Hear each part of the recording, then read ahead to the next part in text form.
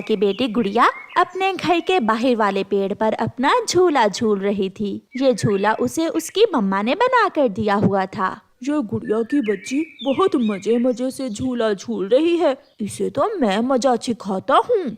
शरारती जग्गू कौवा अपने घर जाता है और रसोई से जाकर चाकू लेता है और पेड़ के ऊपर जाकर बैठ जाता है। गुड़िया को पता ही नहीं चलता। जग्गू कौवा आहिस्ता आहिस्ता गुड़िया के झूले की रस्सी काटने लगता है। एक जोर की आवाज आती है और रस्सी कट जाती है और गुड़िया दूर जाकर गिरती है। मर गई, हाय मेरी टांग, मेरी टांग, मेरी टांग पर चोट आई है। अब मजा आया, अब मजा आया। अगर मुझे झूला नहीं झूलने दोगी तो तुम भी नहीं झूल सकोगी। ऐसे कहते हुए जग्गू कौवा वहाँ से भाग जाता है। मैं अपनी मम्मा को बताऊंगी। गंदा जग्गू, बुरा जग्गू, तुम बुरे कौवे हो। तुमने मेरे झूले की रस्सी काटी है। गुड़िया को रोते हुए देखकर गुड़िया की मम्मा भी वहाँ आ जाती है। गुड़िया बेटी, क्या हुआ है? गुड़िया रोते हुए अपनी मम्मा को सारी बात बताती है। वो रस्सी काट कर भाग गया है मम्मा। मैं अभी जाकर उसकी मम्मा को बताती हूँ। फिर मम्मा चिड़िया जग्गू के घर जाती है। गोरी, कहाँ है जग्गू? क्या हुआ चिड़िया? जग्गू तो अभी अभी बाहर गया है। गोरी, मेरी गुड़िया झूला ले रही थी कि जग्गू ने रस्सी काट दी। टांग पर चोट आई है मेरी बेटी के। चिड़िया वहाँ ही बैठी हुई थी कि जग्गू घर आ जाता है। जग्गू बेटा, आंटी चिड़िया क्या कह रही है? तुमने गुड़िया के झूले की रस्सी काटी है? झूठ झूठ, ये झूठ है। चिड़िया आंटी झूठ बोल रही है, मैंने कुछ ऐसा नहीं किया। जो बच्चे हमेशा ऐसे झूठ बोलते हैं उन्हें सजा भी मिलती है। चिड़िया वहाँ से चली जाती है। जग्गू बेटा, ऐसे हमेशा दूसरों को तंग ना किया करो। मम्मा मम्मा, वो गुड़िया की बच्ची मुझे अपने झूले पर बैठने नहीं देती थी। मुझे पहले ही पता था ये काम तुम्हारा ही होगा, मगर अच्छा किया जो तुमने झूठ बोल दिया चिड़िया आंटी के सामने। फिर दूसरे दिन जग्गू कौवा कबूतर के घर जाता है। की चलो खेलने जाते हैं। मेरी मम्मा घर में नहीं है, मम्मा आती है तो मैं मम्मा को बता कर आता हूँ। मैं कौन सा मम्मा को बता कर आया हूँ, हम थोड़ी देर बाद वापस आ जाएंगे। फिर कीकी जग्गू कौवे के साथ चला जाता है। जग्गू कौवा कीकी को घने जंगल में ले जाता है। रुको रुको जग्गू, मुझे आगे के रास्ते का नहीं पता, मैं पहली बार आया हूँ इस दिशा में।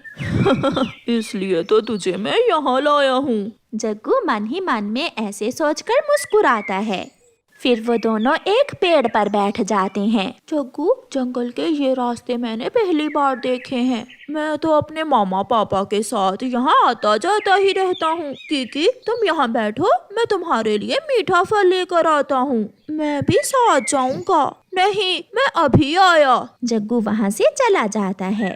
जग्गू तो सीधा अपने घर चला जाता है। काफी देर तक वहाँ बैठकर कीकी जग्गू का इंतजार करता है और फिर कीकी डर जाता है, वो रोने लग जाता है। जग्गू जग्गू, तुम कहाँ हो? मुझे डर लग रहा है, वापस आ जाओ जग्गू। मगर जग्गू कौवा तो उसे जानबूझकर वहाँ घने जंगल में छोड़ गया था। पति जी, कीकी कहाँ चला गया? वो तो मुझे बताए बिना कभी कहीं नहीं गया। शायद वो नदी पर पानी पीने चला गया होगा, मैं जाकर देखता हूँ। कबूतर अपने बेटे को नदी पर ढूंढने जाता है। गोरी, मेरा बेटा कीकी नहीं मिल रहा, क्या वो नदी पर आया था? नहीं कबूतर, मैं और जग्गू तो कब से यहाँ बैठे हुए हैं, तुम्हारा बेटा तो यहाँ नहीं आया। जग्गू चुप रहता है। कबूतर वहाँ से चला जाता है। मम्मा मम्मा, वो आएगा भी कैसे, क्योंकि मैं उसे घने जंगल में जो छोड़ आया हूँ। जग्गू, ये तुम क्या कह रहे हो? उसे तो अब तक कोई जंगली जीव खा गया होगा। अब किसी को बताना ना कि तुमने ये शरारत की है। मम्मा, मैं कोई पागल हूँ जो बताऊंगा? कबूतर अपने बेटे को सारे जंगल में ढूंढता है।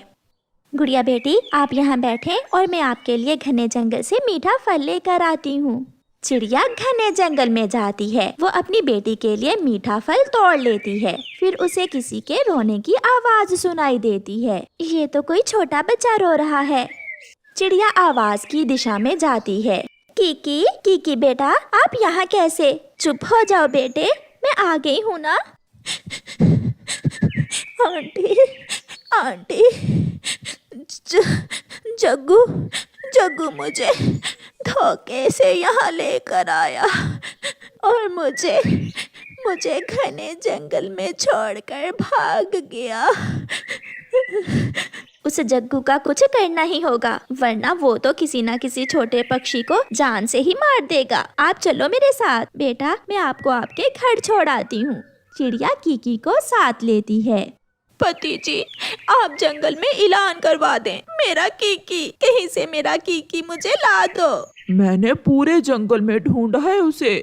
तभी चिड़िया कीकी को साथ लेकर वहाँ आ जाती है। आंटी, आंटी, जग्गू कौवा कीकी को घने जंगल में छोड़ आया था। उस दिन जग्गू ने मेरे झूले की रस्सी भी काटी थी। लूसी अपने बेटे को गले से लगा लेती है, जो बहुत डरा हुआ था। मैं छोड़ूंगा नहीं, मैं उस जग्गू के बच्चे को छोड़ूंगा नहीं। नहीं कबूतर भैया, लड़ाई बढ़ जाएगी। उसकी माँ ही है जो उसे समझाए। ऐसे लड़ाई करने से कोई फायदा नहीं है। शरारती जग्गू कब रुकने वाला था। बुलबुल का बेटा बुलबुला बैठा फल खा रहा था कि पीछे से आकर जग्गू बुलबुले से उसका फल छीन लेता है। ये मेरा फल है, मगर अब मेरा है। जग्गू भागता है। जग्गू जाकर झाड़ियों में छुप जाता है। मैं यहाँ छुपकर ये फल खा लेता हूँ। जग्गू भूखा था, वो एक बार में ही वो फल निगल लेता है। फल की गुठली जग्गू के गले में अटक जाती है।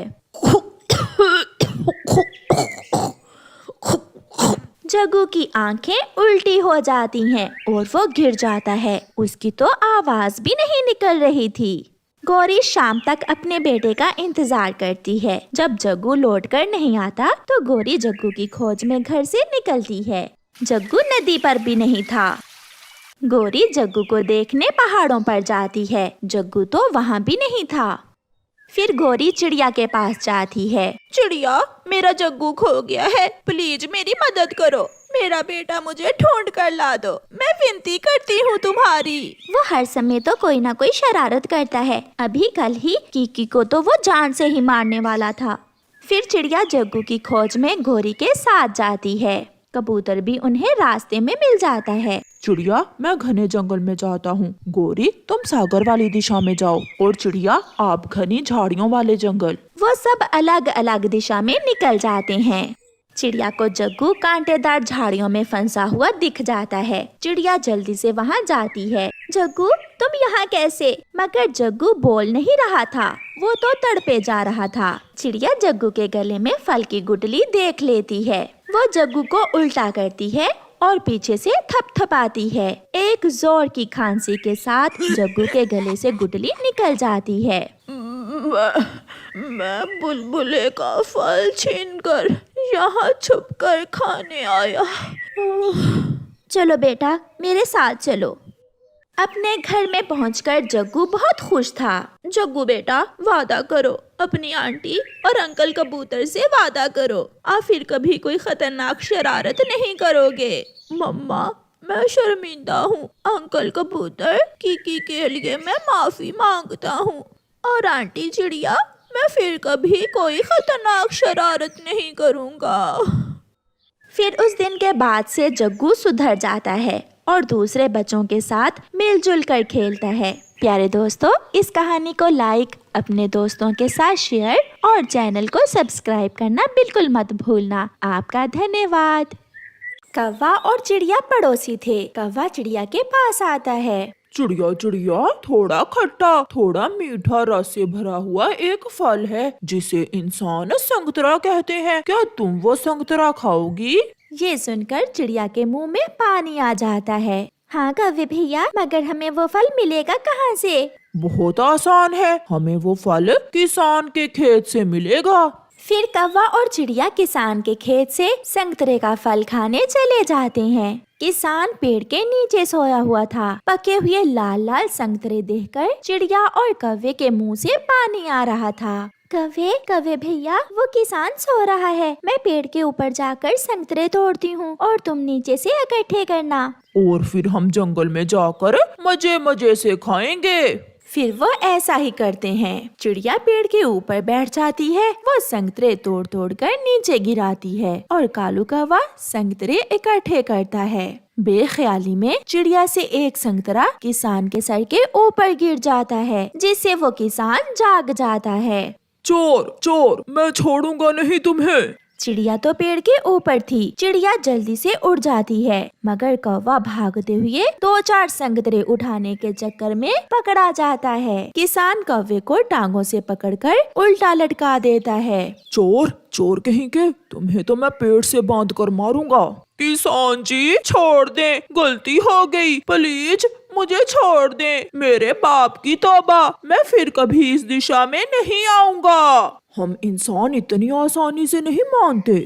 चिड़िया घबराई हुई जंगल जाती है। मिठू मिठू जल्दी करो, कुछ करो, कौवा पकड़ा गया है, कौवा पकड़ा गया है। चिड़िया रानी कुछ बताओ भी, हुआ क्या है? मैं और कौवा किसान के खेत से संतरे खाने गए थे। किसान जाग गया, मैं तो भाग आई, मगर कालू कौवा पकड़ा गया है। इंसान बहुत लालची होते हैं। अब तो वो कौवे को ऐसे नहीं छोड़ेगा, हमें उसे कोई लालच देना होगा, फिर ही वो इंसान कौवे को छोड़ेगा। मगर हम उसे क्या दे सकते हैं? मैं इंसानों के साथ रहा हूँ, मुझे मालूम है इंसानों को क्या क्या पसंद होता है। मैं आपके साथ चलता हूँ। फिर मिठू तोता और चिड़िया फिर से उस किसान के पास जाते हैं। ओ तेरी, इस किसान ने तो कौवे को उल्टा लटकाकर पेड़ से बांध रखा है। चिड़िया और मिठू एक पेड़ पर जाकर बैठ जाते हैं। अपने दोस्तों को देखकर कालू कौवे की जान में जान आती है। मुझे बचा लो मेरे दोस्तों, मुझे बचा लो।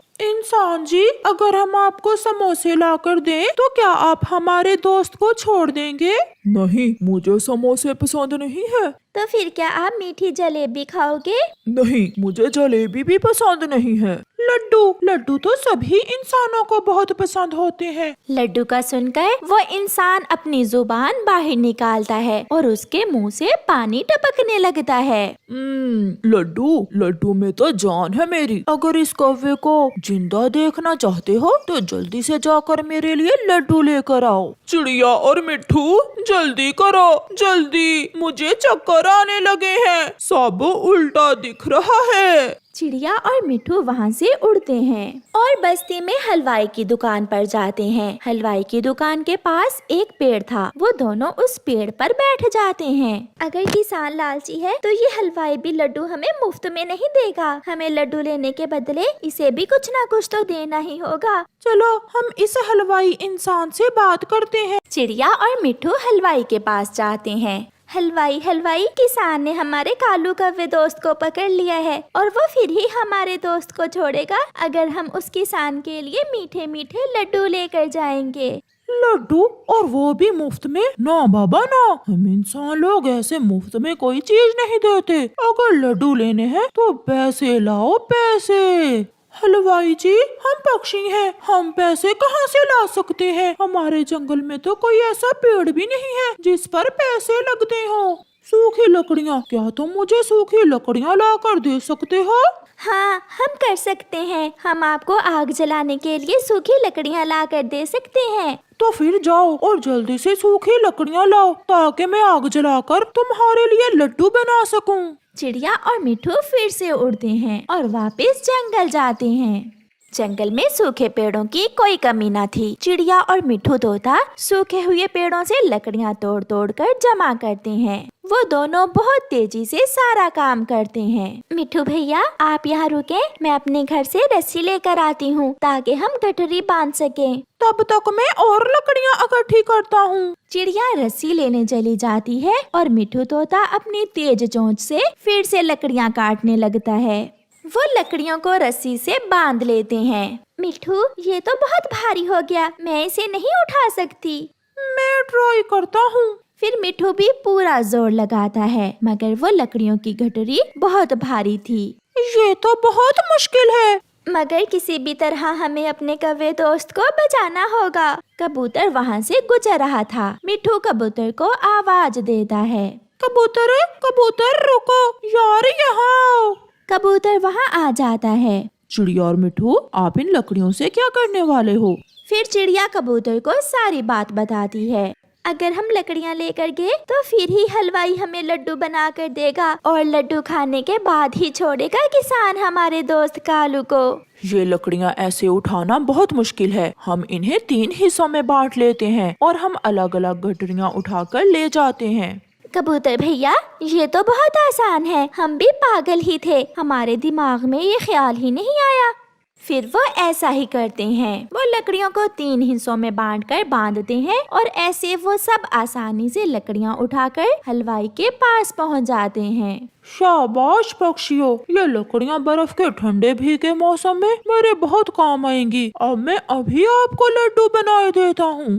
फिर हलवाई अपना काम शुरू करता है और जल्द ही उन्हें लड्डू बना देता है। चिड़िया, मिठू तोता और कबूतर वो लड्डू लेकर सीधे किसान के पास जाते हैं। उन्हें देखकर कालू कौवा खुश हो जाता है। किसान जी, ले, हम आपके लिए स्वादिष्ट स्वादिष्ट लड्डू ले आए हैं। लाओ लाओ, ये लड्डू जल्दी से मुझे दे दो।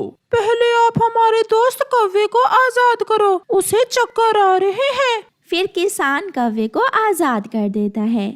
सभी दोस्त खुशी खुशी जंगल वापस चले जाते हैं। वापस जाकर चिड़िया कौवे से कहती है, कौवे कौवे चले? कहाँ? संतरे खाने। ये सुनकर सब हंसने लग जाते हैं। इसीलिए तो कहते हैं, पक्के और सच्चे दोस्त कैसी भी मुश्किल हो साथ नहीं छोड़ते। प्यारे दोस्तों, इस कहानी को लाइक करें और अपने दोस्तों के साथ जरूर शेयर करें और कमेंट करना बिल्कुल ना भूलना। आपका धन्यवाद।